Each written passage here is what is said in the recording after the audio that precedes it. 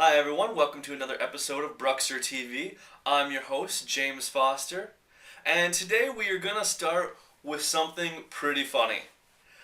In one of the most hilarious interviews that I've heard in a long time, Dana White calls Justin Timberlake a dickhead.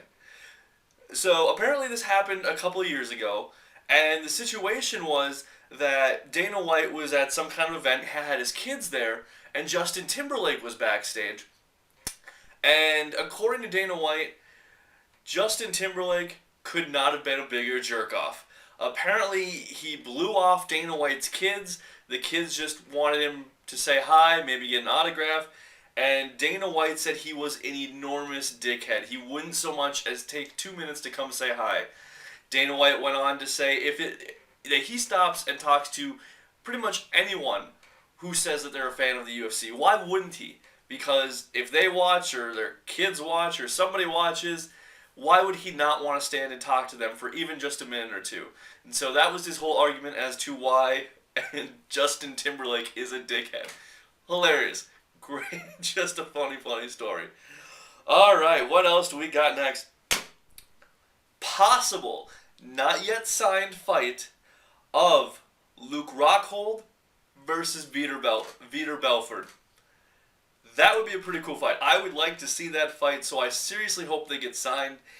And there's a little bit of talk that if Vitor wins this fight and one, possibly two others, he would then be in line to fight the Spider again. So he's got 2, maybe 3 fights to win, and he can fight Anderson Silva again. I look forward to that. If he can keep knocking people out the way he knocked out Bisping, I want to see another leg kick to the head. That was great. I think he can take Rockhold myself, so I look forward to seeing that fight, and I really hope Vitor wins that one. Big fan, and it should be a good time. Okay, another very exciting report, some great news. If Dan Henderson beats Lyoto Machida, he will be in line for the next title shot for the light heavyweight belt. Now, hopefully that'll be against Jon Jones. I like him more than Chael Sonnen. I know a lot of you have been hating on me not liking Chael. That's fine. You guys got your opinion. That's great. He's an okay fighter. Couldn't beat Spider. That kind of rhymes. But I just don't see him being Jon Jones. If he does, then Dan Henderson will fight him. But I'm really rooting for Jon Jones.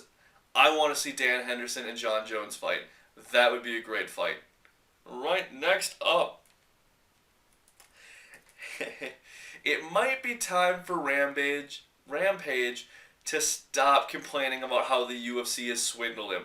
Over the past weeks, probably month, Rampage, leading up to his fight coming up this weekend, has been going on and on and on about how the UFC doesn't respect him, how they're profiting from him, and he's not making practically anything. And, he can't have his Reebok sponsorship shown in the ring, this, that, and the other. Dana White now stood up. Apparently he was really tired of this. Announced to the world that in Rampage's 11 fights since 2007 through 2012, he has made $15.2 million from the UFC. That's not a number to choke at. That's a good amount of money. So, maybe Rampage should cool it just a little bit on the how much he's getting swindled. Just saying. All right, last but not least, more talks. Not yet done. Not a done deal, but it's looking very, very possible that Josh Barnett is coming back to the UFC. I realize that's a surprise to no one, but it could happen now. It's getting more and more serious. Dana White said on Thursday, I think we'll sign him. We'll see how it goes. Pretty good signs for all the Josh Barnett fans out there. I think that'll be great for the UFC in general. I really like Josh. He's a great fighter, funny guy. Absolutely look forward to seeing him come back to the octagon. Alright, and that is it for today, everyone. Have a good weekend. I'm James Foster. This is Bruxer TV. See you next week.